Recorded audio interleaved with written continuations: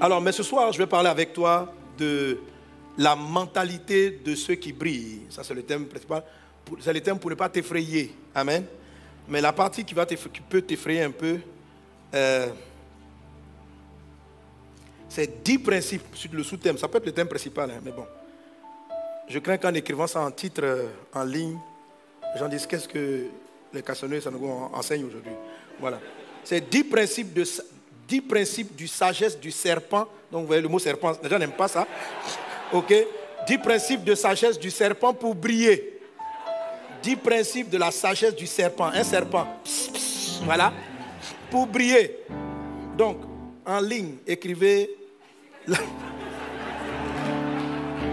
la mentalité de ceux qui brillent. Amen. En parenthèse. Non, vous savez, parce que vraiment, moi, mes frères, ils sont victimes de trop d'attaques. J'ai dit que les gens vont arriver tout le message. On m'a dit, vraiment, il est rentré même dans l'occultisme. Il est en train d'expliquer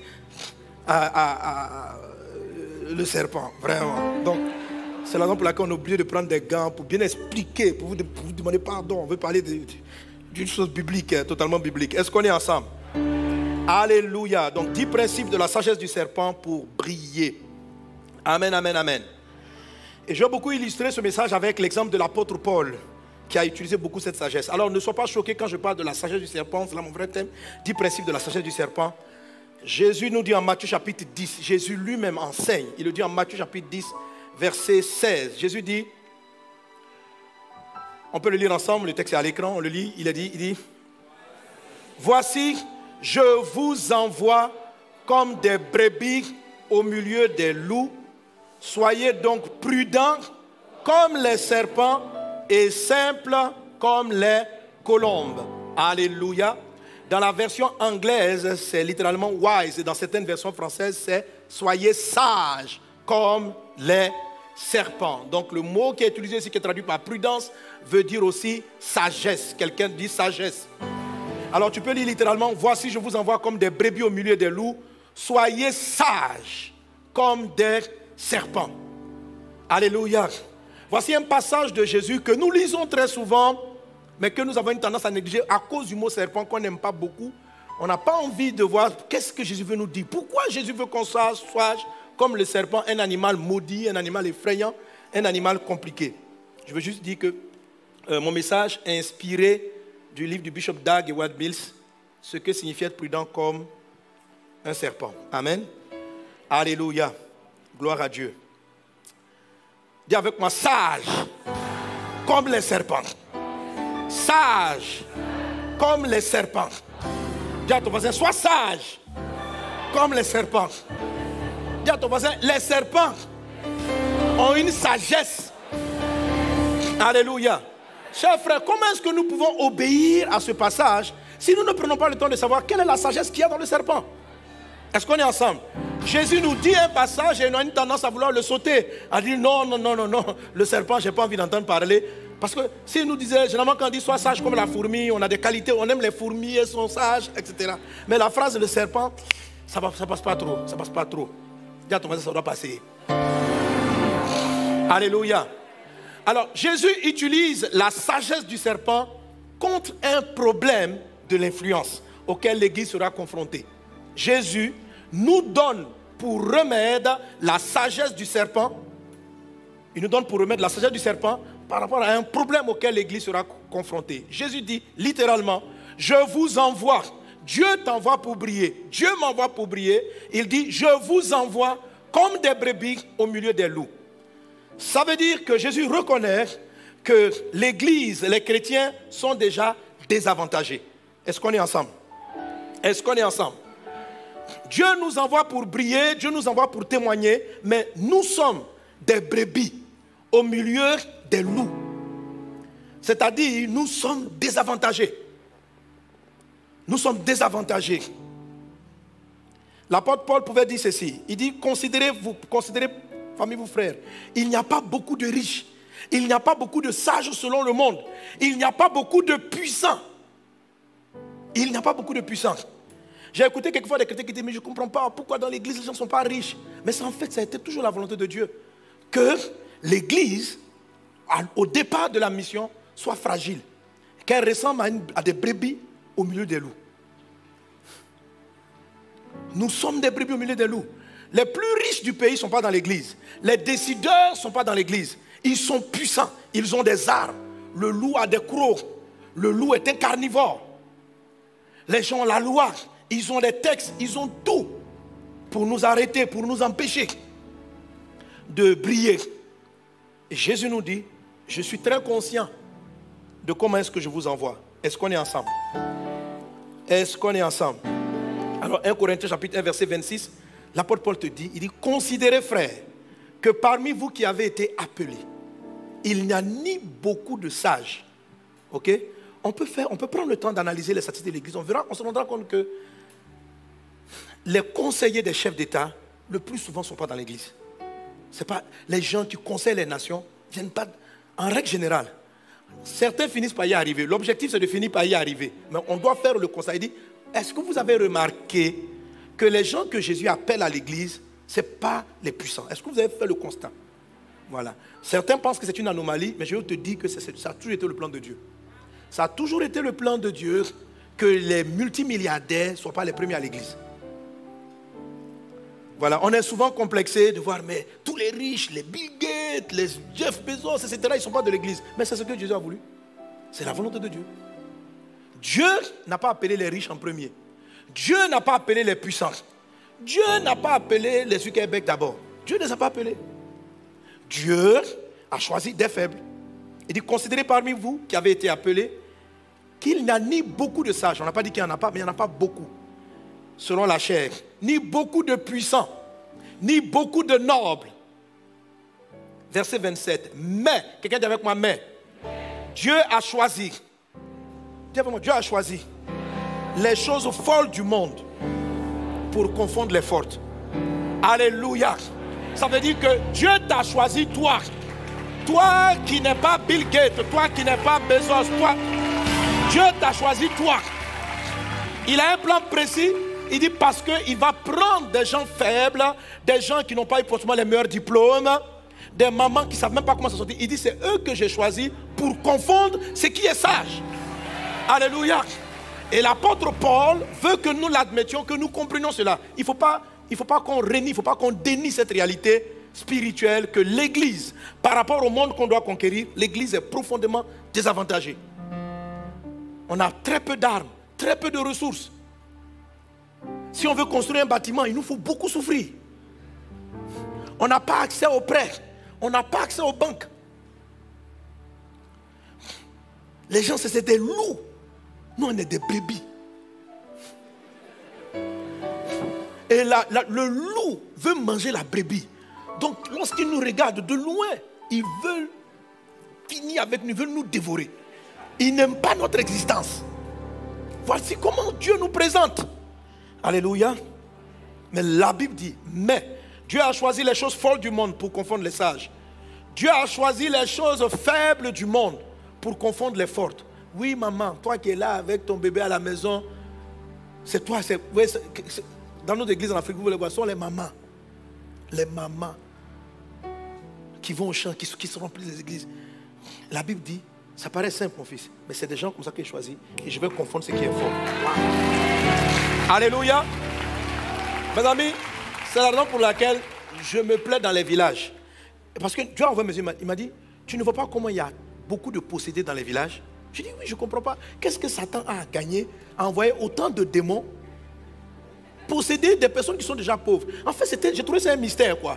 C'est-à-dire que quand je commence à prier pour les délivrances, j'ai moins de cas de délivrance en ville. Pourtant, il y a l'onction, quoi. Tu vois? Que dans les petits villages. Dans les petits villages, tu dis, au nom de Jésus, ça... Tout le monde tombe. Je dis, mais pourquoi? Il dit, mais il faut que tu comprennes. C'est parce que c'est ce que je vais choisir.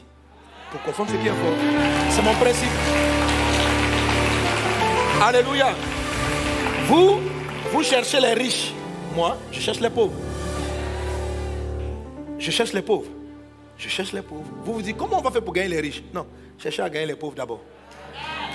Un des signes que Jésus a donné pour témoigner à Jean-Baptiste qu'il était le Christ. Il dit, c'est Jean-Baptiste. Les aveugles voient, les muets parlent.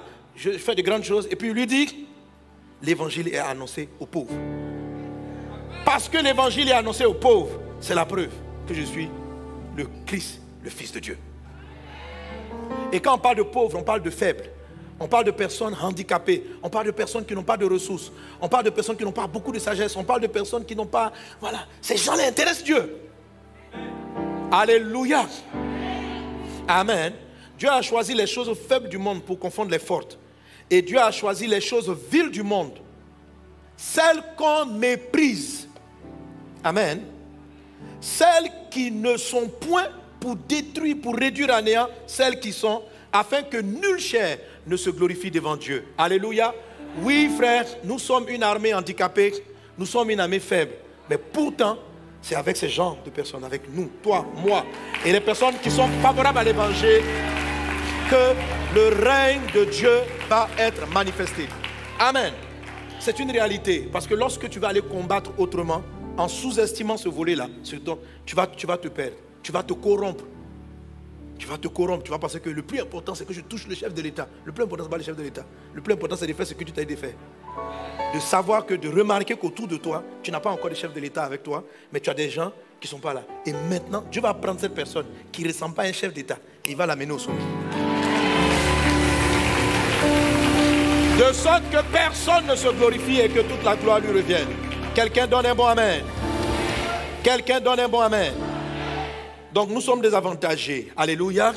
Et la Bible dit, le Seigneur dit, vous êtes des brebis au milieu des loups, mais j'ai donné une sagesse au serpent qui doit vous servir de modèle pour combler ce manquement-là, ce déficit de puissance.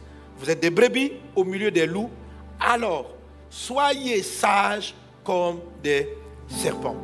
Alléluia. Quelqu'un donne un bon amen. Quelqu'un donne un bon amen. Alors il faut bien sûr savoir, mais quelle est cette sagesse que le serpent a acquise? Qu'est-ce qu'il a? Alors j'ai compris que Dieu l'a dit à cause même de la nature du serpent, pour nous montrer comment le serpent est désavantagé. Est-ce que vous savez que le serpent est un animal qui n'est pas en voie de disparition? C'est l'animal le plus détesté sur la terre. Est-ce que vous savez qu'il n'est pas en voie de disparition? Les animaux qu'on aime, ils disparaissent, mais pas lui. Est-ce que vous savez que le serpent est un animal qui se multiplie dans tous les climats, sauf au pôle extrême? Il y a des serpents du désert, il y a des serpents d'hiver, il y a des serpents des eaux, il y a des serpents, tout climat, dans tous les pays, il y a des serpents. Ils sont partout. L'animal le plus haï est très commun. Si on dit serpent, tout le monde cherche à le tuer. C'est-à-dire que son nom, quand on dit serpent, il y en a qui fuient plutôt que le tuer. Mais lui, il n'est pas en voie de disparition. Les gens lui en veulent. Son seul nom crée de l'effroi, de la haine. Dieu même a mis une inimitié entre l'homme et le serpent. Mais le serpent prospère. Alléluia. Les serpents prospèrent. Et ils sont dans tous les milieux. Au milieu des océans, il y a des serpents. Dans les rivières, il y a des serpents. Dans les champs de maïs, il y a des serpents adaptés. Dans tout, ils sont partout. Ils sont partout. Là où il n'y a plus de lions, ils sont là. Ils sont partout. Ils sont détestés, mais ils sont partout. Waouh. Quand j'écrivais mon message, je voulais dire vive le serpent. Non, pas dire vive le serpent, il n'est pas bon. Il ne faut pas qu'il vive, il faut qu'il meure. Parce qu'il est l'image du diable. Mais Dieu même reconnaît, Dieu dit, mes enfants, observez, il a quelque chose qui le rend unique parmi toutes les espèces animales. Il est maudit. La Bible dit, l'Éternel Dieu dit au serpent, Genèse 3,14, l'Éternel Dieu dit au serpent, puisque tu as fait cela, tu seras maudit entre tout le bétail et entre tous les animaux des champs. Tu marcheras sur ton ventre et tu mangeras de la poussière tous les jours de ta vie. Le serpent est l'animal, le premier que Dieu a maudit. Mais de tous les animaux, il est le plus prospère. Il est maudit, mais lui, il prospère. Le lion n'a pas été maudit, mais les lions sont en voie de disparition, pas le serpent. L'éléphant n'a pas été maudit, mais le serpent, c'est comme s'il arrive à pratiquement contrecarrer la malédiction. Il a appris à s'adapter à tout système. Regardez le passage, il dit, tu seras maudit entre le bétail et entre tous les animaux des champs. Moi, je pense que Noé n'a pas dû, peut-être qu'il est monté avec un serpent dans l'arche. Mais je ne suis pas sûr. Mais, je crois que les serpents ont dû être laissés dehors. Mais le serpent a su se débrouiller. Je crois que c'est ce qui a créé les serpents aquatiques. La Bible dit ici, oui. Amen. Alléluia. Amen. Il a dit du serpent, il a dit, tu seras maudit entre tout le bétail et tous les animaux des champs. Donc le serpent est un animal terrestre à l'origine. Mais aujourd'hui, dans les océans, il y a des serpents. C'est-à-dire, ils ont une capacité à prospérer, quelles que soient les conditions dans lesquelles tu les positionnes. Et Jésus dit, il y a une sagesse dans l'attitude du serpent qui fait que dans l'environnement dans lequel vous êtes, où tout le monde vous hait, où les gens veulent vous détruire, les personnes sont contre vos valeurs, contre votre message. Le simple fait qu'on dit Jésus, ça hérisse la tête de certaines personnes. Mais Dieu dit, malgré cela, vous pouvez prospérer si vous imitez le serpent. Ce n'est pas un désavantage. Vous allez briller. Au milieu des ténèbres, tu vas briller. Mais dis à ton voisin, sois sage. Comme le serpent. Alléluia. Je t'assure qu'après ce message, peut-être qu'on va admirer le serpent, quoi. Mais... gloire à Dieu. Alléluia. Alors, 10 principes de sagesse que nous apprend le serpent. Amen. Et tu vas voir que des hommes de Dieu comme l'apôtre Paul, quand tu regardes, beaucoup de versets que je vais citer viennent de Paul. Et tu comprends que l'apôtre Paul avait suivi ce conseil de Jésus. Sa capacité d'adaptation dans les différents environnements. Sa capacité, et il utilise beaucoup d'illustrations. Et tu comprends pourquoi des apôtres, il est celui qui a eu le plus d'impact. Parce qu'en fait, il a écouté le conseil de Jésus. Alléluia. Laisse-moi te dire rapidement un impact de l'apôtre Paul. Comment on dit influencer une nation. Acte 19, à partir du verset 8. Il est dit, ensuite Paul entra dans la synagogue où il parla librement pendant 3 mois. Il discourut sur les choses. Il discourut sur les choses qui concernent le royaume de Dieu, s'efforçant de persuader ceux qui l'écoutaient. Verset 9. Mais comme quelques-uns restaient endurcis et incrédules, décriant devant la multitude la voix du Seigneur, il se retira d'eux, sépara les disciples, enseigna chaque jour dans l'école d'un nommé Tyrannus. Cela dura 2 ans. Regarde, 2 ans. De sorte que tous ceux qui habitaient l'Asie, juifs et grecs, entendirent la parole du Seigneur. Alléluia. Tu vois, au verset 9, il a dit, mais comme quelques-uns restaient endurcis et incrédules, décriant la multitude. Donc les gens ont attaqué le message de Paul. Mais la Bible dit, il s'est retiré dans une zone. Il a commencé à former des disciples. Et en 2 ans, toute l'Asie juive et mineure a entendu parler la parole de Dieu. Les gens essayaient de bloquer la parole de Dieu, mais elle a transcendé toutes les sphères. Amen. Et Dieu faisait des miracles extraordinaires par les mains de Paul, au point qu'on appliquait des malades, des linges, etc. À partir du verset 23, il est dit, il survint à cette époque un grand trouble au sujet de la voix du Seigneur. Un nommé Démétrius, orfèvre, fabriquait en argent des tentes de Diane et procurait à ses ouvriers un gain considérable. Verset 25 de Acte 19, il les rassembla avec ceux du même métier. Il dit, ô hommes, vous savez que notre bien-être dépend de cette industrie. Et vous voyez et entendez que non seulement à Éphèse, mais dans presque toute l'Asie, ce Paul a persuadé et détourné une foule de gens en disant que les dieux faits de main d'hommes ne sont pas des dieux. Le danger qui en résulte, ce n'est pas seulement que notre industrie ne tombe en discrédit, c'est encore que le temple de la grande déesse Diane ne soit tenu pour rien, et même que la majesté de celle qui est révélée dans toute l'Asie et dans le monde entier ne soit réduite à néant.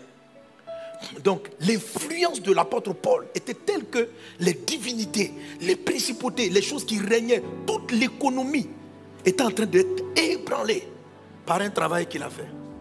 C'était terrible. Alléluia. Et toutes les lettres de Paul montrent comment on brille dans un pays, On amène les lois. On dit, le monsieur dit, il a mené des multitudes. L'apôtre Paul était terrible. Lorsqu'il rentre à Rome, l'onction dans sa vie amène. Et d'un passage, il dit, je salue ceux de la maison de César. C'est-à-dire dans la maison de César, plusieurs se sont donnés à Jésus. Et ils ont fait l'église de Rome. Il était impressionnant. La lumière brillait extraordinairement au travers de lui. Et beaucoup de ses enseignements transpirent la sagesse qu'on trouve dans le serpent. Acte chapitre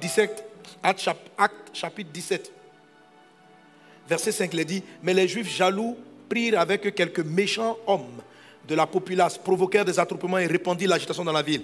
Ils se portèrent à la maison d'un Jason, cherchèrent Paul et Silas pour les amener vers le peuple. Ne les ayant pas trouvés, ils traînaient Jason et quelques frères devant les magistrats de la ville en criant, ces gens qui ont bouleversé le monde sont venus ici. Ces gens ont bouleversé le monde. Sois un bouleverseur du monde au nom de Jésus. Qu'au sortir de cette conférence, Dieu fasse de nous des personnes qui bouleversent le monde. Dis à un voisin, c'est possible. On peut être dans un monde qui nous combat, on peut être dans un monde qui rejette l'évangile, on peut être faible, on peut ne pas avoir beaucoup de ressources, on peut ne pas avoir beaucoup de moyens, mais Dieu peut confondre tout ce qui est fort. Alléluia. Gloire à Dieu. Dernièrement, juste la semaine qui vient de s'écouler, j'étais dans une ville de la Côte d'Ivoire, on a fait des dons, on a refait les hôpitaux, un hôpital, on a refait des centres. Et le préfet, le maire, les autorités, leur image concernant l'église a radicalement changé. Ils se sont demandé, mais comment une église peut-elle arriver à faire cela? Comment une église peut-elle arriver à faire cela? Nous avons investi plus de 100 millions de francs CFA, ça fait combien? Comment? 150 000 euros. Voilà, près de 150 000 euros. Refaire 3 blocs. Créer un nouveau bloc opératoire. Des lits qu'on a pourvus. Jésus a fait ça. Amen. La Bible dit que les hommes voient vos bonnes œuvres et qu'ils glorifient votre Père qui est dans les cieux. Certains ont marqué qu'ils ont fait passer ça aux infos. Ils ont fait... Pourtant, ça fait plus de 10 ans qu'on le fait. Hein? On refait les hôpitaux, on le fait. Bon, on le fait naturellement, comme ça. Amen. Et ça commence à mettre, tu vois, tout le monde n'est pas au garde à savoir que Jésus est Seigneur. Alléluia. Oui, dans un monde qui nous est hostile. Et je me souviens, dans cette ville où on voulait partir, les gens ne voulaient pas qu'on vienne. La radio nous a refusé. Les gens, pour occuper le stade, ils nous disent, vous ne venez pas là-dessus, il faut payer. Ils nous ont donné un prix faramineux pour un stade qui n'est même plus un. Mais, gloire soit rendue à Dieu. Les oppositions étaient nombreuses, mais la grâce de Dieu s'est manifestée. Amen. Gloire à Jésus. Alléluia. Alors, c'est quoi la sagesse? Quelle est la sagesse que l'apôtre Paul utilise, la sagesse du serpent? Quelle est cette sagesse que Jésus veut que nous copions? Première sagesse. Amen. Je l'appelle la sagesse de la bouche. B-O-U-C-H-E. La sagesse de la bouche. Dis avec moi, la sagesse de la bouche. En fait, la bouche du serpent. Tu sais, quand on te dit serpent, tu as peur de quoi? Qu'il te morde. C'est-à-dire sa bouche est crainte. Le serpent a été désavantagé par Dieu. Dieu dit, tu vas ramper. Dieu lui a enlevé les jambes. Mais si vous étudiez le serpent, vous allez voir qu'il a beaucoup plus de handicap que ça. Non seulement il ne marche pas, mais vous savez que la plupart des serpents n'ont pas d'oreille. Ils ont une oreille interne, ils sont sourds. Et ils prospèrent. Les serpents n'ont pas de paupières. Ils n'ont pratiquement pas de paupières. La plupart des serpents voient très mal. Ils voient très flou. Et on va toucher ça quand j'ai parlé de la force, la sagesse de gérer ses handicaps. C'est impressionnant la façon dont le serpent s'en sort, malgré tous ses désavantages. Dieu l'a frappé de beaucoup de défauts, de problèmes. Mais il est l'animal qui prospère le plus. Il n'y a aucun animal qui peut prétendre que son espèce est dans la mer, en même temps sur la terre, dans les déserts, dans les arbres, partout. Il est le seul qui est partout à la fois. Malgré tout ce qui lui a été enlevé. Quelle sagesse! La première des choses, lorsqu'on entend parler d'un serpent, on a peur de la puissance qui est dans sa bouche, c'est-à-dire son venin. Il est handicapé.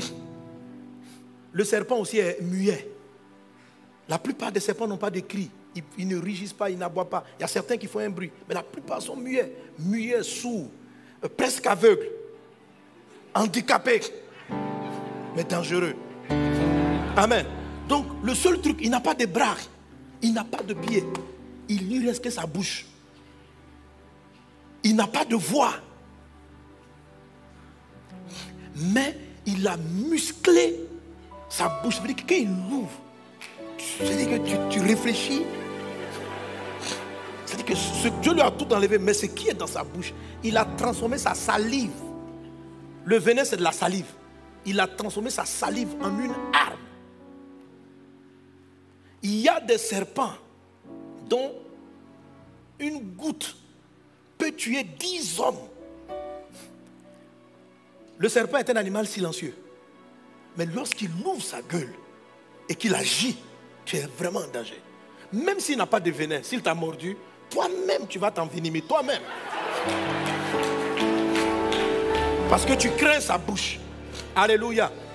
Donc la sagesse du serpent, c'est de rendre puissant votre parole, votre bouche. Et je vais t'expliquer comment est-ce qu'on rend puissant la parole dans la sagesse du serpent. C'est quelque chose qu'il a gardé en lui et comment nous pouvons transformer nos paroles en puissance. Le serpent est sage parce que une des seules armes que Dieu lui a laissées, il en a fait une arme fatale. Et la puissance de la bouche n'est pas négligeable parce que Dieu fait toutes choses par sa parole. Alléluia. Alléluia.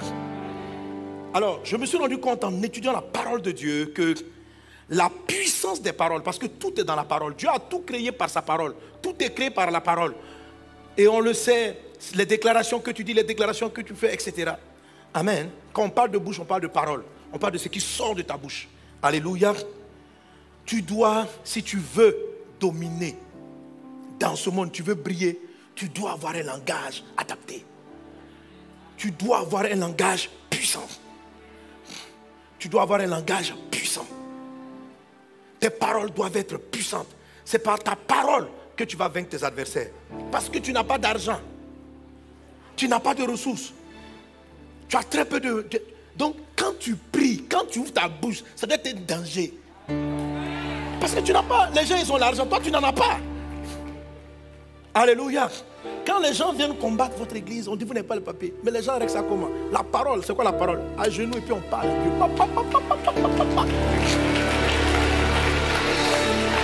Alléluia. Ce qui sort de ta bouche, ce qui sort de ta bouche doit être puissant, doit être dangereux contre tes ennemis, contre l'adversité. Parce que si on n'a pas de bras, ça veut dire quand on dit que quelqu'un n'a pas de bras, ça veut dire qu'il n'a pas de relation. Il n'a pas de personne sur qui il peut s'appuyer. Il est seul. Tu n'as pas de bras, tu n'as pas de pieds.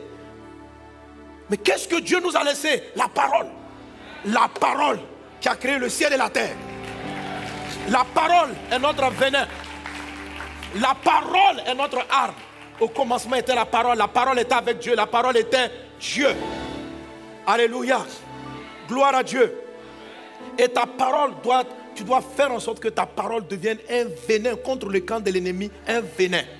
Je me suis rendu compte que il y a une manière d'augmenter la force de frappe de ces paroles. Regardez, tout le monde n'est pas pareil. Il y a des gens qui se disent, regarde le paralytique, lève-toi, marche. Le gars se lève. Tu peux te lever, tu dis, lève-toi, marche. Rien ne va se passer. Quelle est la différence? Ce n'est pas le fait simplement, chacun l'a dit, lève-toi, marche au nom de Jésus. On parle tous du nom de Jésus, mais il va se passer cette différence. Premièrement, il y a bien sûr la différence de l'onction. Le pasteur, il va en parler hier, du revêtement de puissance. Ça, c'est important, c'est majeur. Amen. Mais je veux toucher d'autres points. Alléluia. Une des armes qui font que ce qui sort de ta bouche est puissant, c'est le silence. Ouais. Le silence. Le silence. Et la sagesse du serpent, c'est qu'il ne parle pas beaucoup. Mais quand tu le vois, ce qu'il a gardé en lui n'est pas bon pour toi. C'est-à-dire qu'il est calme. Mais ce qui va sortir est dangereux. La force du silence. C'est-à-dire pour développer, parce que c'est une sagesse, comment la parole peut être rendue puissante. Alléluia. Est-ce qu'on est ensemble? Gloire à Jésus. La Bible dit, parlons un peu du silence. Vous connaissez beaucoup de passages sur la valeur du silence. Amen.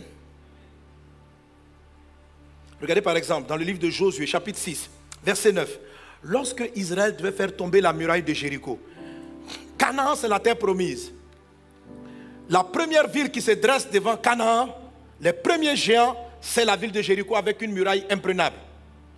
Mais Dieu va utiliser la puissance de la parole pour faire écrouler la muraille de Jéricho. Les Israélites vont pousser des grands cris. Mais regarde avant de pousser les cris ce qui s'est passé. La Bible dit, verset 9, les hommes armés marchaient devant les sacrificateurs, sonnaient des trompettes à l'arrière-garde et l'arrière-garde suivait l'arche. Pendant la marche, on sonnait des trompettes. Note bien, on sonnait des trompettes. Verset 10, Josué avait donné cet ordre au peuple. Vous ne crierez point. Vous ne ferez point entendre votre voix. Et il ne sortira pas un mot de votre bouche jusqu'au jour où je vous dirai pousser des cris. Alors vous pousserez des cris. Alléluia. Donc ce qui s'est passé, c'est que pendant les 6 jours où Israël a fait le tour de la muraille de Jéricho, il devait le faire. Il dit qu'un seul mot ne sorte pas de votre bouche. Ils étaient comme ça. On dit un seul mot. Tu ne peux pas dire bonjour à ton ami. Et quand Jésus envoie les disciples, Jésus envoie les disciples prêcher la bonne nouvelle. Regardez ce qu'il dit. Il dit en chemin, ne répondez même pas aux gens qui vous saluent. Restez silencieux. Je dis, mais c'est quoi le silence? Pourquoi tu exiges que les apôtres que tu envoies soient silencieux avant d'arriver à leur destination? Qu'ils ne parlent pas. C'est un aspect de la sagesse du serpent. Le silence avant la puissance qui va sortir de ta bouche. Le cri qui va faire tomber. Autrement dit, les gens qui parlent beaucoup perdent de la puissance. Qui décrivent tous leurs projets. J'irai, je ferai. Oh, oh, oh. Est-ce qu'on est ensemble? Alléluia. Pendant 6 jours, ils devaient marcher autour de la ville sans dire un mot. Et puis ils regardaient la muraille. C'est qu'ils étaient en train de confesser. Il y a un seul son qu'ils entendaient, le son des trompettes. Or, le son des trompettes, ça proclame Jésus. Ça proclame Dieu. La trompette, c'est le son qui dit, il est grand. Donc tout ce qu'ils entendaient, ça rentrait en eux. Dieu est plus grand que... Papa! Dieu est plus grand. Dieu est au-dessus de cette muraille. Ils ruminaient ça en eux, la grandeur de Dieu. La grandeur de Dieu. La grandeur de Dieu. La grandeur de Dieu. Les seules choses qui devaient sonner pendant qu'on faisait le tour de la muraille, c'était le son des trompettes qui célèbre la grandeur de Dieu. Donc, papa, Dieu est grand. C'est ce qu'ils entendaient. Mais personne ne disait un mot. Je suppose que les Jérichoiens, les habitants devaient regarder, mais ces gars, ils n'ont aucun problème. Ils ne nous insultent pas. Ils ne nous disent rien. Ils marchent seulement en silence.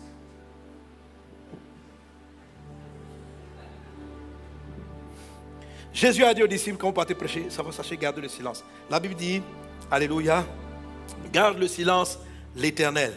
Exode 14, 14, l'Éternel combattra pour vous et vous gardez le silence. Alléluia. Ecclésiaste chapitre 3, verset 7, la Bible dit, il y a un temps pour se taire, il y a un temps pour parler. Tu vois que le fait de se taire précède la parole. Il y a un temps pour se taire, il n'y a pas un temps pour parler et puis un temps pour se taire. Il y a d'abord un temps pour se taire avant de libérer la parole. La parole puissante que je peux appeler la sagesse du venin, c'est comme un lance-pierre. Tu prends le temps de reculer, de dire dans ton cœur tes victoires, ce que Dieu va faire, avant que ça ne sorte de ta bouche. Quelque chose de puissant va jaillir de toi. Alléluia. Gloire à Dieu. Alors, dans le silence, c'est le silence. Il dit que personne ne dise un mot. Ça ne veut pas dire qu'on ne se disait rien à l'intérieur. Bien au contraire. Il y a des choses qu'on se dit à l'intérieur. C'est ça la force du venin. Le venin, c'est quelque chose qui sort de l'intérieur du serpent. C'est quelque chose, à l'intérieur de lui, il a changé ses salives. Il a fait en sorte que son crachat, sa salive, soit différente de toutes les autres espèces animales. Il l'a forgé, il l'a alimenté dans l'être intérieur. C'est ça la puissance de la sagesse du serpent. Quand vous êtes là, quand tu es en train, tu marches et que tu veux conquérir une nation, tu veux prendre les territoires, ne parle pas beaucoup. Passe et puis dans ton cœur déclare, mon Dieu me donnera ce territoire. Mon Dieu le fera. Mon Dieu le fera. Mon Dieu le fera. Pourquoi le silence est important? Parce que c'est important que toi-même tu te persuades. Il est important que toi-même, à l'intérieur de toi, tu bâtisses cette profonde assurance que tu vas briller. Et que ta lumière va prendre le dessus. Il faut que ça boue en toi. Il faut que ça devienne ta pensée. Il faut que ça règne en toi. Tu dois regarder, tu dois voir les territoires. Et puis tu dois voir dans ton cœur que tu les prends.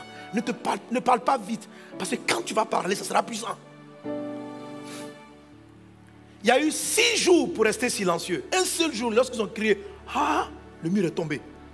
C'est une parole qui vient de 6 jours en train de dire que Dieu est grand. Dieu est grand au-dessus de ce problème. Dieu est grand au-dessus de ce problème.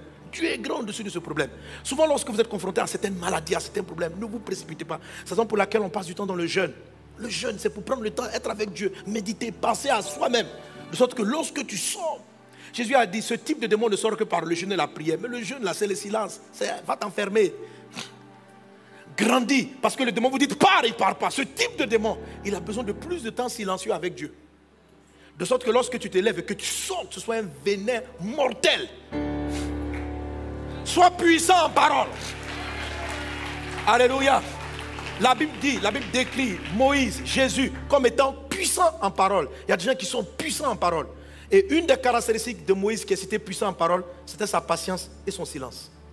Il était puissant en parole. C'est des gens qui ne parlent pas pour parler. Quand ils parlent, c'est très dangereux. Sois de cette catégorie.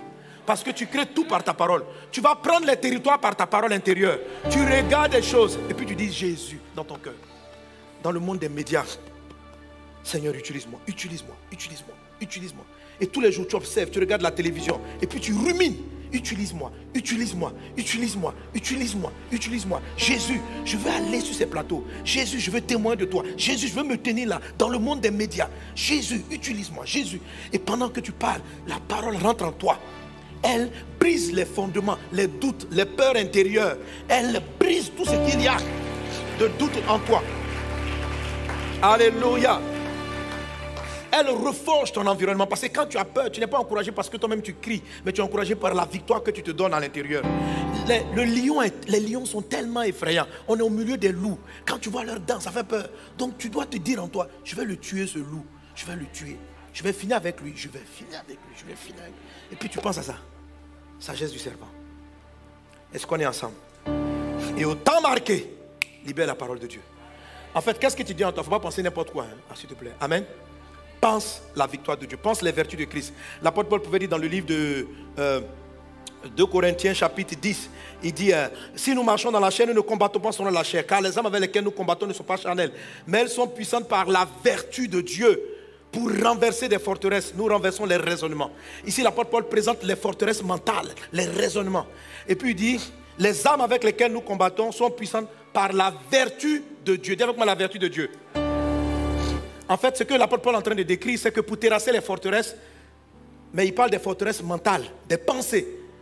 Ce n'est pas d'abord l'onction, mais c'est le fait de déclarer la vertu, c'est-à-dire les qualités de Dieu en toi.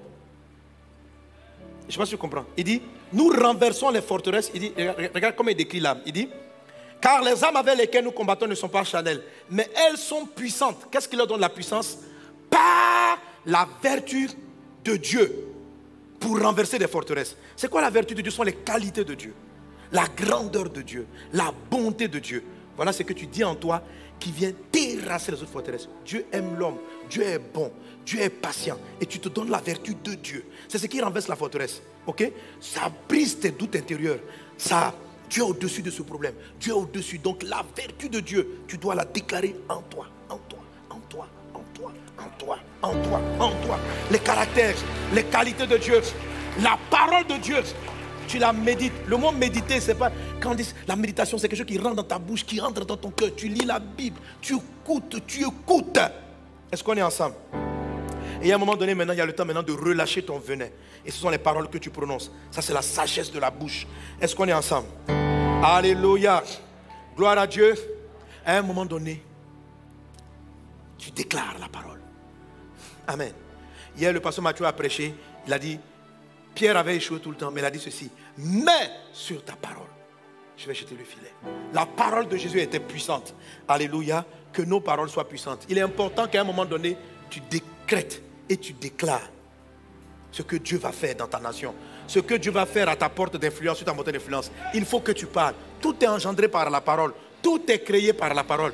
Il faut qu'un prophète annonce. Il faut que tu parles par l'esprit. Alléluia. La Bible dit que même l'insensé, lorsqu'il s'était, il paraît sage. Donc, la sagesse même se trouve dans le calme qui précède l'action. Est-ce qu'on est ensemble? Amen, amen, amen, amen, amen. Amen. Gloire à Dieu. Dans ton être intérieur, tu dois refuser, tu dois prendre le temps de refuser la force des forteresses devant toi. Les géants qui sont devant toi. Tu dois regarder et puis ne pas avoir peur d'une sphère, ne pas avoir peur d'un pays, ne pas avoir peur de la France, ne pas avoir peur. Tu dois traiter ça en toi avant de l'affronter dans le monde réel. Il y a une chose que j'aime bien, c'est la victoire de David contre Goliath. Vous savez, Goliath et la France, les pays, les nations sont devant nous comme des Goliaths, des sphères habitées par des géants. Et Goliath était un exemple. Et Goliath, qu'est-ce qu'il faisait? La Bible dit, 1 Samuel 17, verset 11, Saül et tout Israël entendirent ces paroles du Philistin et ils furent effrayés et saisis d'une grande crainte. Saül et Israël entendirent ces paroles. Vous savez, quand j'ai lu le verset 11, j'ai compris qu'en fait, les Israélites n'avaient pas peur parce qu'ils voyaient Goliath. Non, ils avaient peur à cause de ce que Goliath disait. Il a dit, Saül et tout Israël entendirent ces paroles du Philistin et ils furent effrayés. Donc ce qui les a effrayés, ce n'est pas la vision de la corpulence de Goliath. Ce qui les a effrayés, ce sont les dires de Goliath. Goliath disait, je vais vous tuer. Je vais vous manger. Écoutez frère, chaque jour, quand nous passons dans la rue, on entend les Goliaths. Toi, un petit comme ça, tu vas faire quoi ici? Tu peux réussir dans quoi? Tu connais quelqu'un ici qui s'en est sorti? Tu rentres dans un domaine, tu vas influencer. Toi, tu es là, tu ne t'entraînes même. Mais tu es un petit. Dieu nous a pris faibles. On est devant des Goliaths, des loups, et nous sommes des brebis. Est-ce qu'on est ensemble? Et chaque jour, le monde nous ramène. Comment nous n'avons pas des ressources pour bâtir? Comment nous n'avons pas assez d'argent pour mener des croisades? Comment nous n'avons pas? On entend ça tous les jours. On entend ça tous les jours. Alléluia. Gloire à Dieu. Ce qui me plaît, regarde le verset 16. Il a dit au verset 16 de 1 Samuel 17. Le Philistin s'avançait matin et soir. Et il se présenta pendant 40 jours. 40 jours, c'est les épreuves. Il avançait quand matin, tous les matins, Goliath venait les intimider et tous les soirs. Il ne venait pas à midi. Il ne venait pas à 13 h. Quand les gars se réveillent, il est sur eux. Je vais vous tuer. Le soir, quand il s'apprête à aller dormir, le gars apparaît. Je vais vous tuer. Alors, le but de Goliath, je me suis dit, mais Dieu, pourquoi tu précises qu'il attaquait? Il venait parler matin et soir. Il ne venait pas à midi, il avait le matin. En fait, le matin pour polluer ta journée, le soir pour polluer ton sommeil. Donc, 24 sur 24. Alléluia. Donc, amen. Quand tu entends les paroles de ton patron, tu entends les paroles du système, tu entends que tu n'as pas d'argent, tu entends que la science ne peut pas faire ceci. Donc, et tu dors avec cette pensée.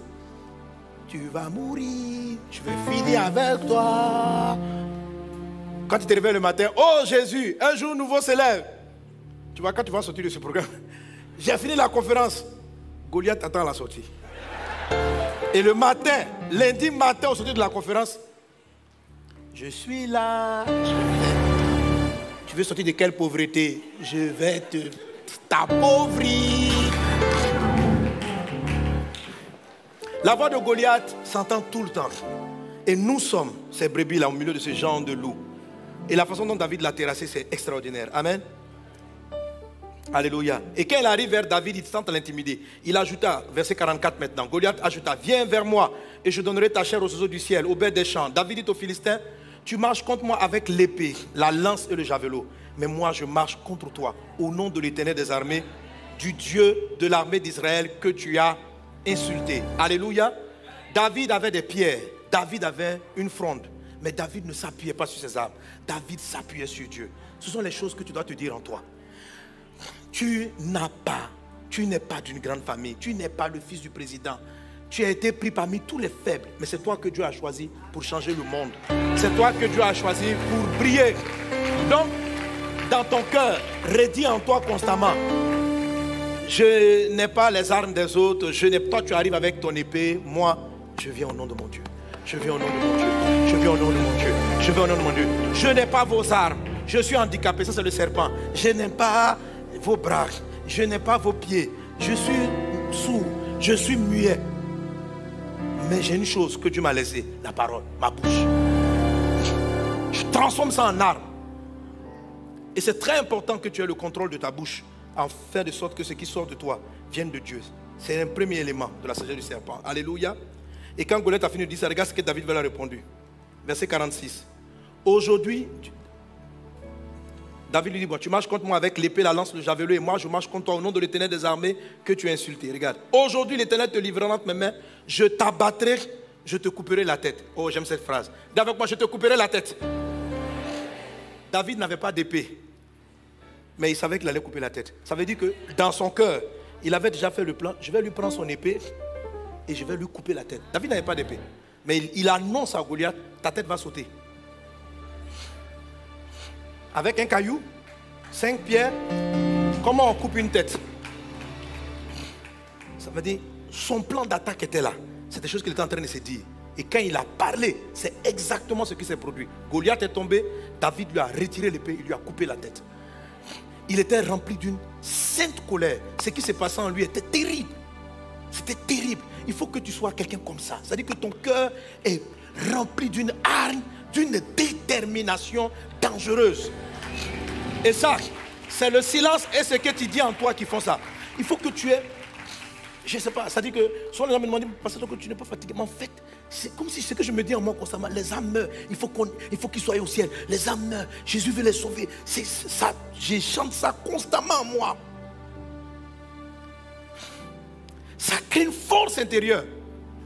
Et tu te donnes une puissance d'action et de parole. Que cela soit ainsi. Sois sage comme le serpent. Alléluia. Amen. Le deuxième point, je l'ai pratiquement développé. Alléluia. Le deuxième élément, c'est la sagesse des handicaps. Le serpent a maîtrisé tous ses handicaps. Il en a fait des forces. Est-ce qu'on est ensemble? Est-ce qu'on est ensemble? Donc, la première sagesse du serpent, la sagesse de la bouche. Deuxième sagesse du serpent, la sagesse de la gestion de ses handicaps.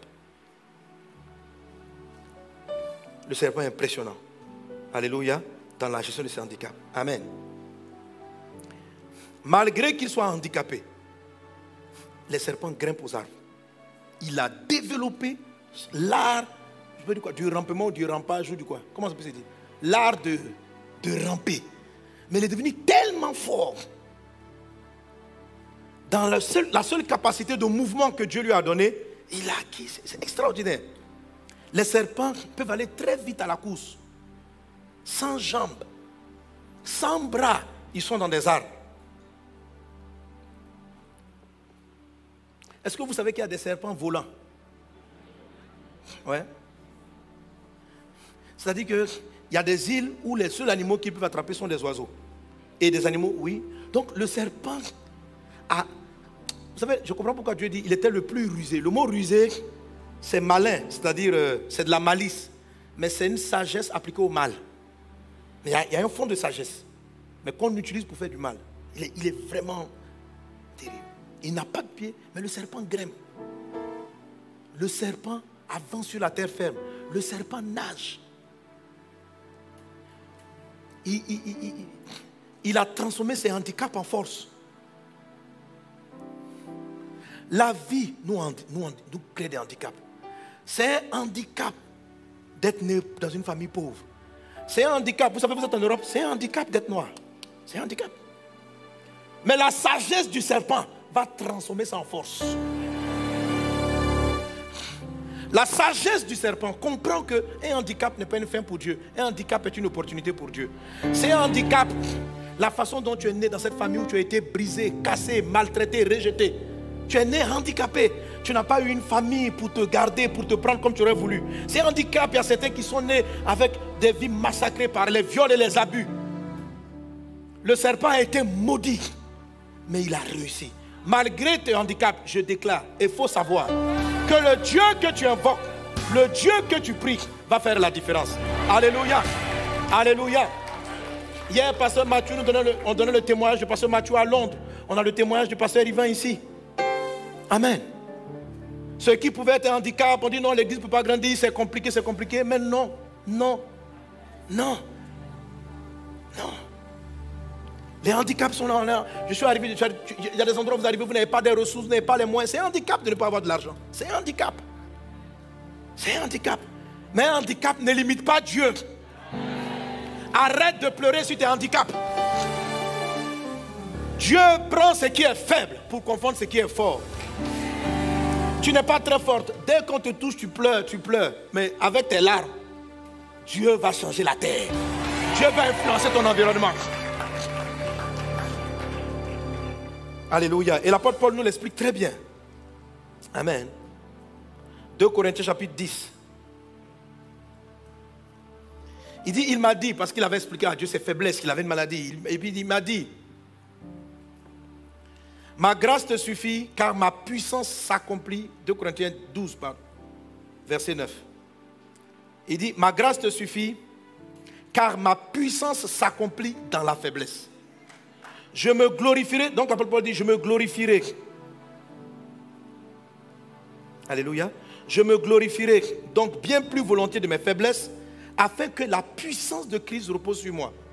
C'est pourquoi je me plais dans les faiblesses, dans les outrages, dans les calamités, dans les persécutions, dans les détresses pour Christ. Car quand je suis faible, c'est alors qu'il est fort.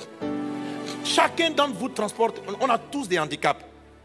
Quand je commençais à lever, Dieu me montre l'évangélisation du monde, il y a le handicap de commencer en Afrique. Le handicap de commencer avec une église de jeunes.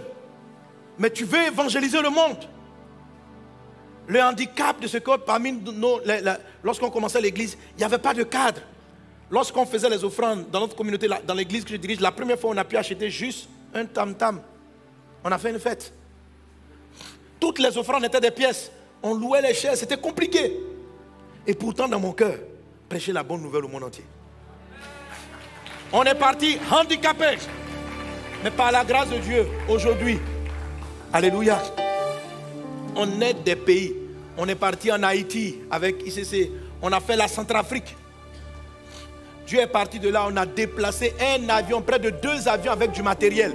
Quand je regarde, je dis, mais comment? Si tu m'expliques, je ne peux même pas me glorifier. Parce que je ne sais pas comment les ressources sont arrivées. Mais j'ai vu que Dieu peut prendre quelqu'un dans un pays pauvre, dans un environnement pauvre, pour changer le monde.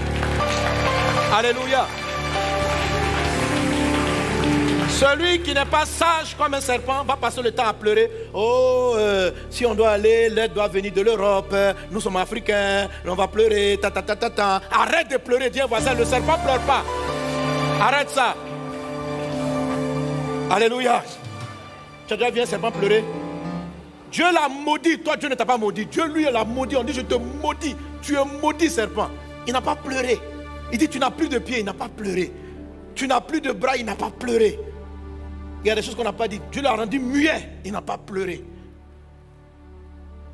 Et il a montré à Dieu que de tous les animaux que Dieu a bénis, il est le meilleur. À la fin, il doit dire, tu m'as maudit, non mais voilà. Je suis là. Je ne suis pas en voie de disparition. Dieu dit, je mettrai une inimitié entre toi et la femme. Ils vont t'écraser la tête. Mais il vit. Est-ce qu'on est ensemble? Et Dieu dit, je vous envoie comme des brebis au milieu des loups. Soyez sages comme des serpents. Observe la sagesse du serpent. Tu peux croître, tu peux t'en sortir. Dieu va prendre ces faiblesses-là pour se glorifier. Tes faiblesses, c'est toutes tes fragilités, c'est toutes tes limites, c'est tout ce que tu n'as pas pu avoir, c'est le manque de ressources. À partir de là, tu peux bâtir des plus grandes multinationales. Mais quand vous reniez cette capacité de Dieu en vous en disant c'est pas possible, pas possible, pas possible, mais ta force intérieure est vide. C'est pourquoi je dis, tout commence par le point numéro 1. Ce que tu vas te dire en toi, ce que tu vas te dire en toi, ce que tu vas te dire dans le silence, ce que personne n'entend, ce que tu te dis quand tu es dans ta chambre, ce que tu te dis quand tu es dans ta maison, ce que tu dis en toi, c'est ce qui va faire la différence. C'est ce qui fait la différence que lorsque tu arrives à l'église, parce que quand on arrive à l'église, on dit, tout le monde crie, je vais régner, on crie, on va régner, mais les gens ne disent pas ça dans leur cœur. Donc on crie, oh, mais ça ne produit rien. Pourquoi? Parce qu'on n'a pas pris le silence avant la parole. On a fait la parole avant le silence. Il faut faire le silence et puis dire ça en soi. Et puis après déclarer. Ça change l'atmosphère. Est-ce qu'on est ensemble? Donnez-moi amen à Jésus. Alléluia. Amen. Oui, l'église est défavorisée, mais avec nos faiblesses, nous allons influencer les cultures des nations. Nous allons influencer. À un moment donné, vous allez être surpris avec notre prière, avec nos paroles, avec le conseil que les gens donneront. Certains vont malgré leur faiblesse, il y a des gens, ils sont faibles, mais ils seront pris simplement comme assistants au secrétariat. Dieu va t'envoyer là-bas comme juste la secrétaire du ministre. Et là-bas, tu vas influencer certaines lois. Quand il va dire, oh monsieur, est-ce qu'on peut faire comme ceci? Pourquoi? Parce que chaque jour tu confesses que Dieu va t'ouvrir une porte. Et Dieu va te positionner là où il faut. Dieu va te positionner là où il faut. Déclare en toi ces choses. Alléluia. Il n'y a pas de handicap. Dieu se sert des faiblesses et il glorifie sa puissance. Amen. Dans nos faiblesses. Amen. Troisième élément de la sagesse du serpent. La sagesse de l'adaptation. Amen. La sagesse de l'adaptation, c'est celle-là. La sagesse de l'adaptation. S'adapter sans perdre sa nature et ses valeurs. S'adapter, c'est ça le serpent. Amen. Le serpent prend la couleur de son environnement. Le serpent s'adapte aux environnements. Il s'adapte aux circonstances. Mais quel que soit l'environnement, un serpent est toujours un serpent. Même quand tu le vois sous la mer, tu sais que ce n'est pas un poisson. Alléluia. Nous sommes chrétiens. Nous appartenons au royaume de Dieu. Nous avons des valeurs.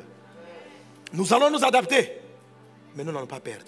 Celui qui ne sait pas s'adapter, il va mourir. Pourquoi le serpent est une espèce qui n'est pas en voie de disparition?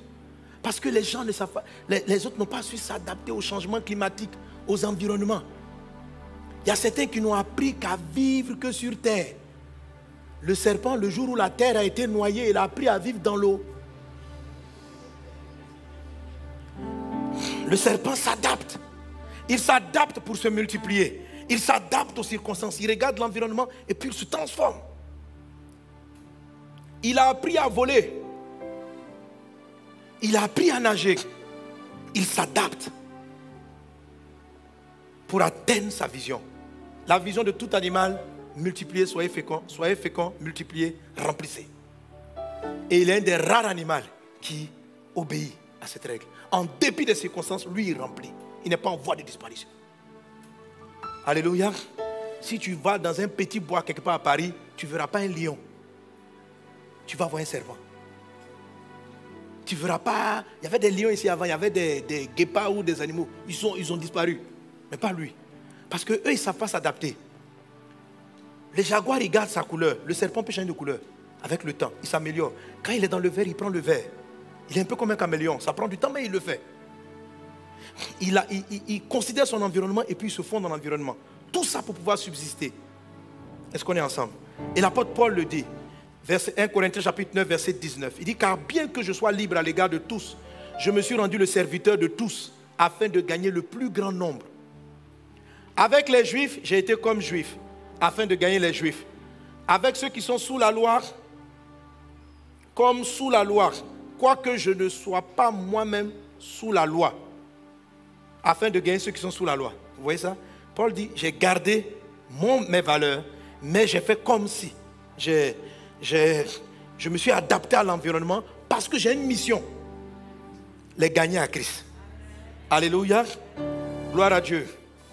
Comme sous la loi. Afin de gagner. Avec ceux qui sont sans loi, comme sans loi, quoique je ne sois pas sans la loi de Dieu, étant sous la loi de Christ, afin de gagner ceux qui sont sans loi. J'ai été faible avec les faibles, afin de gagner les faibles. Je me suis fait tout à tous, afin d'en sauver de toute manière quelques-uns. Je fais tout à cause de l'évangile, afin d'y avoir part. Alléluia. Amen. C'est une grande sagesse de l'apôtre Paul. C'est pour ça qu'il a eu un message qui a eu le plus d'impact. Il a su rentrer parmi les Juifs. Il a su rentrer parmi les païens. Les autres sont arrivés, ils ont des principes. Nous, on ne fait pas, on ne touche pas. Ils sont... Non, lui, il s'est adapté. Il a l'art de savoir prendre un message, savoir l'adapter à la génération à laquelle il va parler. Voilà. Souvent, dans l'église, on ne s'est pas adapté. Vous savez, les églises meurent parce qu'elles ne s'adaptent pas. Nos églises qui sont fondées comme les frères catholiques, aujourd'hui, les temples sont vides. Pourquoi? Beaucoup ne sont pas adaptés. La jeunesse est venue, ils sont restés comme ça. Nous sommes comme ça. Nous sommes comme ça. Une église, c'est un message. Pourquoi tout doit être toujours pareil? On peut changer la forme de l'estrade. Est-ce que l'estrade, c'est... Un jour, le pasteur peut changer, il peut décider de mettre l'estrade au milieu. On peut décider... Si on se trouve dans un environnement, vous partez faire une évangélisation dans un milieu des sportifs, vous pouvez transformer. J'ai rencontré un de mes pères qui était très efficace dans l'évaluation des musulmans. Quand vous arrivez dans son église, on était à Daloa, en Côte d'Ivoire, dans l'église n'a pas de chaise. L'église n'a que des nattes. Et lui-même, le pasteur, quand il arrive, il est en boubou, avec un chapeau. Mais ce n'est pas le Coran, c'est la Bible. Et puis il vient. Alléluia. Quand vous rentrez à l'intérieur, vous avez vraiment l'impression d'une mosquée. Mais ce qui va dire, la puissance de la parole. Amen. Alléluia. Les chrétiens qui vont s'éteindre, ils sont figés sur des formes, des manières de faire, des procédures. Ils sont limités parce que les parents ont fait ça hier, mais ça ne correspond pas aujourd'hui. Le monde a avancé. Le monde a avancé. Tu es dans quel environnement? Tu te trouves dans quel pays? Quel est le langage que les gens parlent? Qu'est-ce qu'ils comprennent? Comment est-ce qu'ils fonctionnent? Sois sage comme un serpent. Adapte ta forme. Amen. Si tu te trouves dans l'eau, nage, apprends à nager. Tu dis non, Dieu, je m'excuse, je ne peux que noyer. Parce que quand tu as créé l'homme, tu ne l'as pas mis dans l'eau. Non, tu peux apprendre à nager. Alléluia. On s'adapte. On s'adapte. Le fait de s'adapter, c'est une manière de franchir des limites. Il y a trop de limites dans ton esprit. C'est ce qui bloque ton entreprise. Tu ne sais pas l'adapter. Tu as eu de vieilles idées qui datent, je ne sais plus de quand là. Maintenant, le monde a changé, le monde est passé sur Internet. Toi, tes vieilles méthodes, ton vieux ordinateur, comment tu vas avancer? Il faut s'adapter. Amen. Le monde est venu, il y a eu la pandémie. Il faut s'adapter. Regardez le culte actuellement. Tout basculer en ligne. C'est l'adaptation. Les églises qui ne vont pas vouloir bouger, elles vont mourir. Ce sont des espèces en voie de disparition. Parce qu'ils ne savent pas vivre dans le désert. Le serpent dans le désert, il prend la couleur du sable. Les mêmes serpents, tu les mets à un moment donné dans la forêt, ils vont prendre la couleur du vert ou du jaune. Ils s'adaptent aux situations. Mais il reste toujours serpent. Quand tu le vois, tu ne peux pas te tromper. Tu sais qu'il est serpent. Quel que soit l'environnement, lorsqu'on te regarde, on a dit c'est un chrétien. Il parle de Jésus. Alléluia. C'est un témoin. C'est un témoin. Il n'a pas changé. Il s'est adapté, mais c'est un témoin. Amen. Quand vous voulez gagner les jeunes, il faut ça. Ouais. Alléluia. Moi, bientôt, je regarde passer Matthieu. Il y en a qui étaient choqués peut-être par son habillement. C'était peut-être choqués. Mais non, les traditionnels. Comment un pasteur vient comme ça, en basket au culte? Mais il y a combien de pourcents de la jeunesse? Il faut pouvoir les toucher. C'est parce que des gens sont restés avec des vieilles méthodes que les jeunes ont quitté leurs églises et sont partis ailleurs.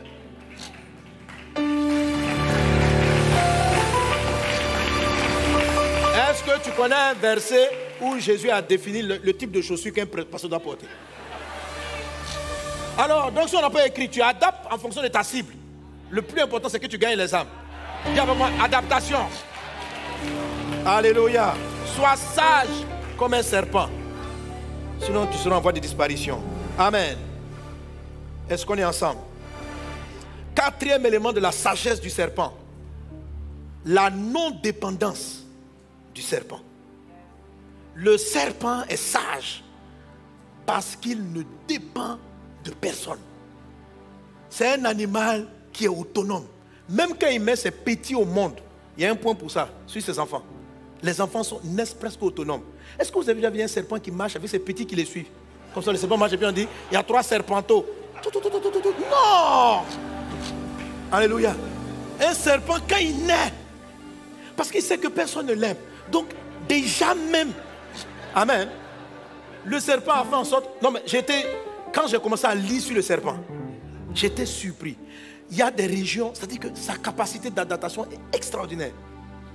Quand par exemple, est-ce que vous savez que beaucoup de serpents décident d'accoucher selon la période, c'est-à-dire, on dit les serpents ont une poche, certains serpents ont une poche où ils peuvent garder le sperme. Les femelles gardent le sperme pour se faire féconder au moment où elles veulent. Ouais. J'ai dit quoi? Elle dit, si elle sent que l'environnement ne correspond pas à faire naître son enfant maintenant, elle conserve le sperme, elle va se mettre dans un endroit meilleur. Donc, si par exemple, il va faire hiver, va faire froid, mais qu'il n'y a pas beaucoup de mâles autour d'elle, qu'elle rencontre un mâle, elle va se faire féconder, elle va garder le sperme. Et puis se rendre enceinte au bon moment. Non. C'est pourquoi je dis, quand j'ai fini de lire, vous avez envie de dire, waouh, c'est fort. Jésus a dit, vous allez les écraser. Mais avant de les écraser, il faut dire non. Je dis, Jésus, je comprends pourquoi tu as dit, soyez sages. je vous envoie comme des brebis au milieu des loups. Mes enfants, regardez le serpent. Il a beaucoup de sagesse. Utilisez, et dans un environnement hostile, vous allez prospérer. Vous allez prospérer, vous allez briller. Amen. Donc comment? Le serpent est autonome. Un serpent se prend en charge. Il n'a pas besoin qu'on l'aide. Amen. C'est très important. Alléluia. Si nous voulons influencer le monde, il est important d'avoir la non-dépendance. De pouvoir construire les temples sans emprunt bancaire. La Bible dit la main qui reçoit est toujours esclave de la main qui donne. Souvent on est très handicapé parce que pour regrouper des sources, tu te dis mais quel jour je vais avoir tous les milliards? Mais ça va finir par arriver. Je ne sais pas comment mais ça arrive, ça vient quand même. Amen. Oui. Mais on ne doit pas, je ne peux pas dans l'absolu, mais il faut développer cette capacité, cette aptitude d'être autonome. Voilà ce que l'apôtre Paul dit. Je vous ai dit que Paul, c'était quelqu'un vraiment qui appliquait la sagesse du serpent. Il dit en Acte 20, à partir du verset 32, « Et maintenant je vous recommande à Dieu et à la parole de sa grâce, à celui qui peut édifier et donner l'héritage à tous les sanctifiés. Je n'ai désiré ni l'argent, ni l'or, ni les vêtements de personne. Vous savez vous-même que ces mains ont pourvu à mes besoins et à ceux qui étaient avec moi. » L'apôtre Paul dit, ses mains ont pourvu. C'est-à-dire qu'il avait développé dans le ministère une capacité d'être autonome. Tu ne dois pas dépendre des aides sociales.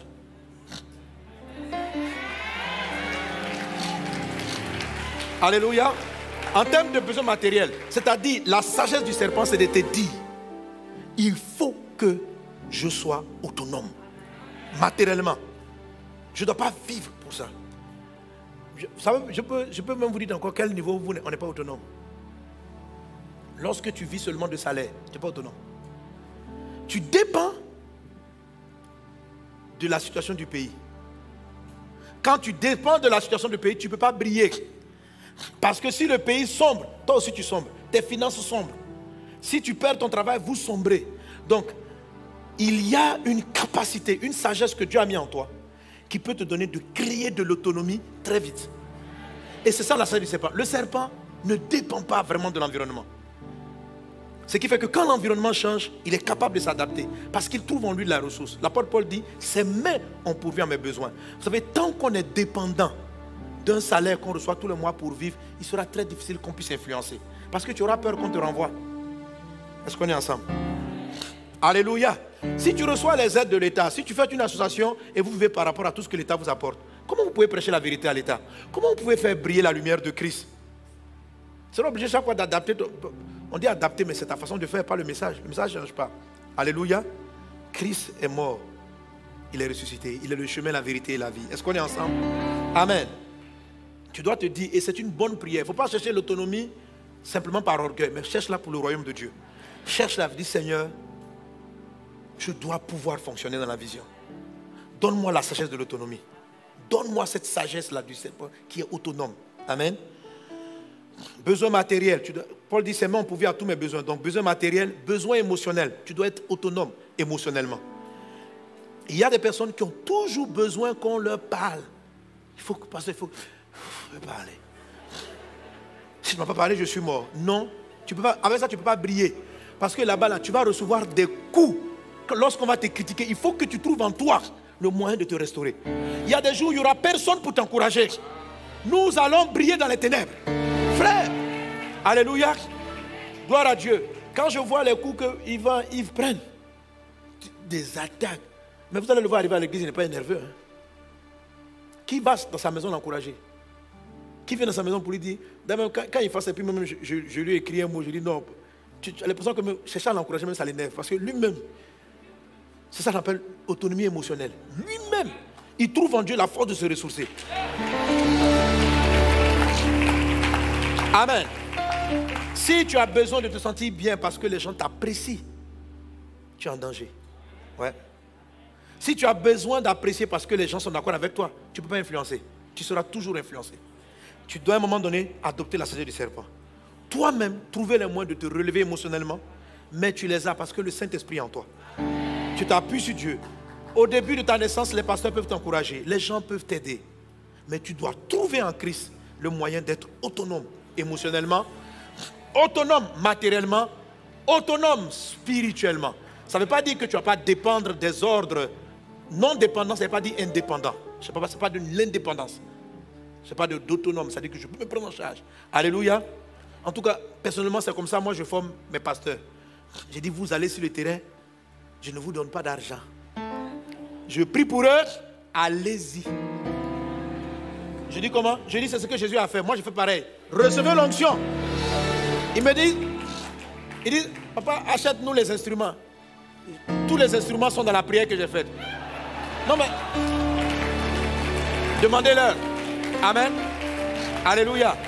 Quelquefois, il y a des fois, selon ce qu'on ressent, on aide quelques personnes. Mais je leur ai enseigné ça. Je leur ai dit, vous ne devez pas dépendre de la maison. Vous ne devez pas dépendre. Vous devez avoir la sagesse du serpent. Tu dois apprendre à prospérer là où tu es.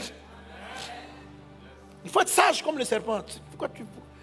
Donc, dernièrement, la plupart, les croisades qu'on fait, presque tous mes pasteurs reproduisent pareil. Presque tous. Soins médicaux, interventions chirurgicales, eux tous. Ils sont capables de le faire, eux tous. La dernière fois, il y a un qui m'a amené, il a fait quelque part dans un quartier de Yopougon. Il m'a amené les images de sa croisade. Je dis, un nouveau pasteur, un nouveau pasteur. On l'a reconnu il n'y a même pas 1 an. Et on l'a mis sur un champ, dans un quartier très pauvre. J'ai vu la croisade, j'ai vu la tente avec les médecins qui sont venus prendre soin de la population. Et les gens qui étaient assis, il était en train de prêcher l'évangile pour que les gens soient sauvés. J'ai dit non, toi tu es un fils. C'est pas incroyable. Alléluia. Gloire à Dieu. Parce que j'ai appris que dans la sagesse du serpent, tes enfants, un enfant du serpent est déjà autonome. C'est-à-dire qu'un enfant sort, il sait mordre. Il sait se battre. Parce que la maman serpent, une fois qu'elle a fini d'accoucher, il ne peut pas vivre en groupe. On va les tuer. Il ne peut pas se permettre de vivre en groupe. Donc quand les enfants se dispersent. Mais chacun est déjà dangereux. Soit autonome, soit dangereux au nom de Jésus. Gloire à Dieu. Quelqu'un donne un bon amen. Alléluia. Gloire à Dieu. Voilà, et je m'arrête avec le point 5 pour aujourd'hui. Amen. Et la prochaine fois, je vais terminer. Et je traiterai quand même mon autre point, si Dieu le permet. Est-ce qu'on est ensemble? Est-ce qu'on est ensemble? Amen. Et le tout dernier point donc pour aujourd'hui, la sagesse du... C'est la sagesse du contentement. La sagesse du contentement. Alléluia. Notez aussi comme dans le 4e point, la sagesse de la non-dépendance. 4e point, marqué aussi comme verset intéressant. 1 Thessaloniciens 4, 11 à 12. La sagesse du contentement du serpent. Quand vous lisez l'histoire, vous voyez les serpents. Les serpents sont des animaux qui peuvent vivre avec très peu. Ils savent fonctionner dans la période d'abondance et ils savent fonctionner dans la disette. Un python, après avoir mangé, qui a battu un record, on a vu qu'un python, après avoir mangé sa proie, est resté 2 ans et demi sans manger. C'est énorme. Vous savez, il y a une île vers le Brésil qu'on appelle l'île aux serpents. Allez sur Internet, regardez l'île aux serpents. Donc l'île aux serpents, il y a tellement de serpents. Certains disent qu'il y a ces zones où il y a un serpent par mètre carré sur l'île. L'île fait 43 hectares. Non, l'île fait 43 hectares. Il est interdit d'aller là-bas. On ne va là-bas que pour faire des enquêtes. Ce sont les scientifiques seulement qui sont autorisés. Il y a un phare sur l'île. Mais l'île est remplie. Et il y a des zones, au mètre carré, tu as 5 serpents. Et ils ont un venin dangereux. Donc, dès que tu vas à l'île, tu vois les serpents. Ils sont là en masse. La seule espèce, ils ont fini tous les rongeurs. Ils ont fini... Donc je me suis dit, mais les serpents là vivent comment? Et il y a une saison où il y a des oiseaux qui viennent s'installer dans les arbres. C'est là qu'ils mangent. Ils se nourrissent, ils grimpent les arbres, ils les attrapent, ils mangent un repas d'eux et il est tranquille. Ils ont appris à vivre dans la disette comme dans l'abondance. Phrase de l'apôtre Paul. Un enfant de Dieu qui va opérer, tu dois apprendre à vivre en situation de crise. Tu dois être adapté. Tu dois pas... Tout ne sera pas toujours abondant. Si tu veux influencer, il faut apprendre à passer par des moments difficiles sans que cela ne te remette profondément en cause. Est-ce que ne brise tes valeurs? Est-ce qu'on est ensemble? Amen. L'apôtre Paul dit, qu'il a appris à vivre. Philippiens chapitre 4, verset 12. Je sais vivre dans l'humiliation et je sais vivre dans l'abondance. En tout et partout, j'ai appris à être rassasié et à avoir faim. À être dans l'abondance et à être dans la disette. Je puis tout par celui qui me fortifie. Je puis tout par celui qui me fortifie. Alléluia. Ce sont des choses que vous dites en vous-même. Si tu fais ça, tu vas briller. Il y a certains endroits où tu vas t'envoyer où tu n'auras pas toutes les ressources dont tu as besoin. Tu dois apprendre à fonctionner avec très peu. Amen. Tu dois apprendre à fonctionner. Tu dois apprendre à faire marcher ta boîte, ton église avec très peu. Et puis elle fonctionne. Tu dois apprendre aussi à faire fonctionner l'église avec beaucoup.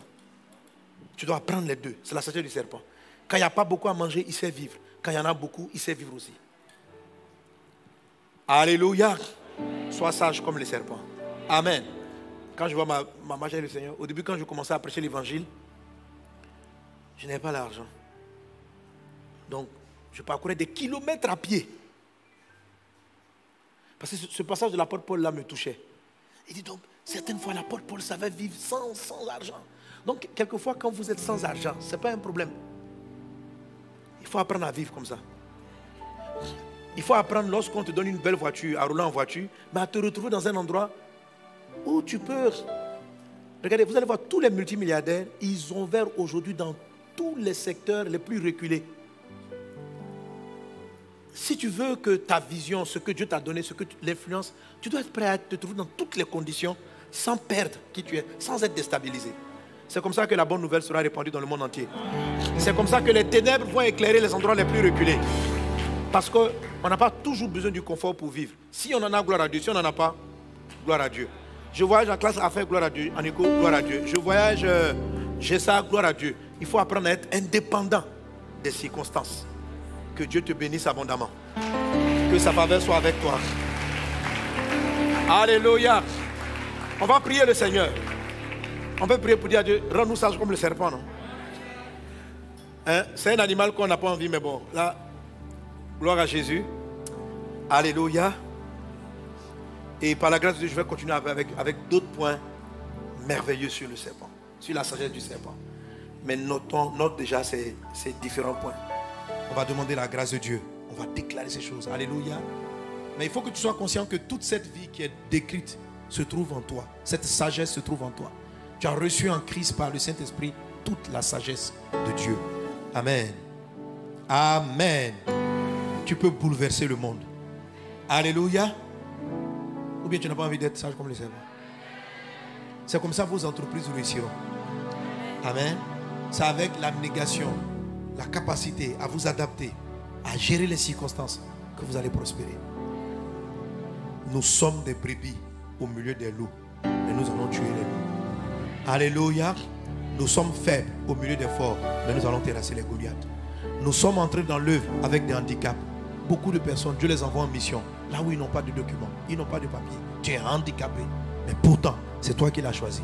Je veux dire à quelqu'un, c'est toi qu'on a choisi. Ne regarde pas ton voisin, ne regarde pas ta voisine. Tu dis, mais je ne sais pas m'exprimer. Mon langage est mauvais. Mais pourtant, c'est toi, avec toi, il changera le monde. Avec toi, il va le faire. Il faut que tu commences à te le dire en toi-même. Que c'est possible. Jésus peut le faire, c'est possible. Alléluia.